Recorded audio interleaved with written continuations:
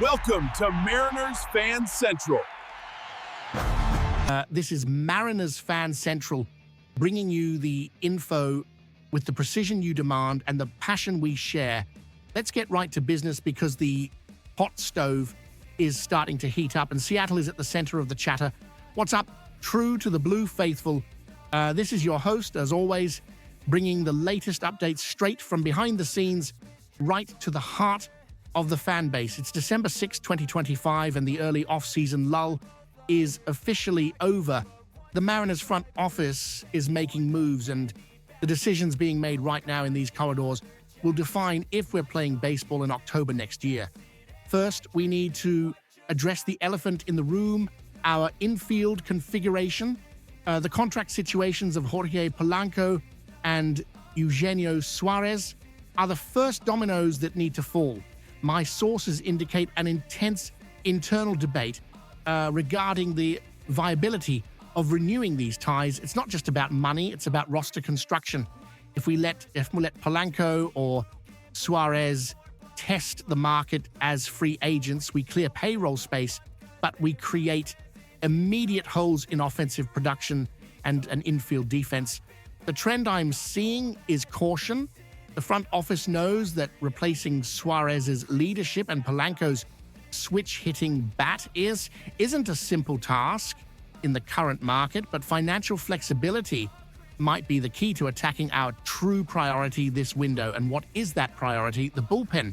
If you followed our 2025 season, you saw that despite having talented arms, the lack of depth from the left side of the mound cost us crucial games.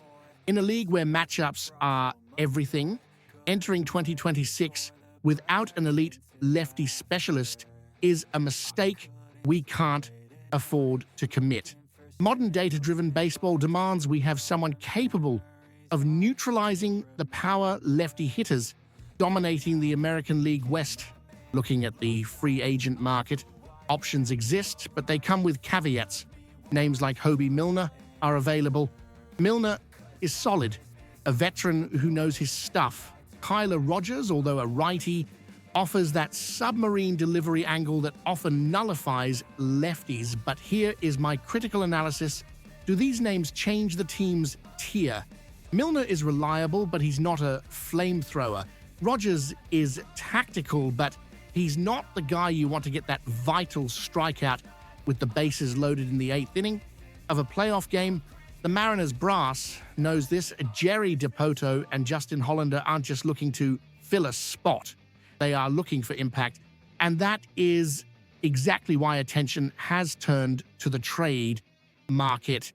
The intel reaching me suggests that the solution to our bullpen woes won't come from writing a check, but from a smart negotiation involving club assets. And this is where the conversation gets really interesting, because a very specific trade partner has popped up on the radar with pieces that fit Seattle's needs like a glove. All right, Mariners Nation, continuing our deep dive into market moves. As I mentioned, the search for an elite lefty led us to look at the East Coast, specifically the Philadelphia Phillies. Here's what I'm hearing from league sources. The Phillies have an embarrassment of riches in their lefty bullpen and need to move pieces to cover other roster areas. They have Matt Strahm, Jose Alvarado, and Tanner Banks. According to recent reports, the phone in Philly hasn't stopped ringing about these three names, and Seattle is on the line. Adam Jude of the Seattle Times, a reporter with excellent backstage access, specifically pointed to Matt Strahm as the most logical and coveted target for the Mariners, and I fully agree with that assessment. Let's look at the hard data. Strahm isn't just another arm. He is a battle-tested 34-year-old veteran. In 2025, Strahm had a season we can classify as stellar for a setup man. He finished 19 games, which, in a relief context, indicates absurd trust from the coaching staff to use him in late moments. But the stat that really jumps out and should get any Mariners fan excited is his performance under pressure. According to Baseball Reference, in high-leverage situations in 2025, Strahm limited opposing hitters to a minuscule .499 OPS on base plus slugging. Now that is elite.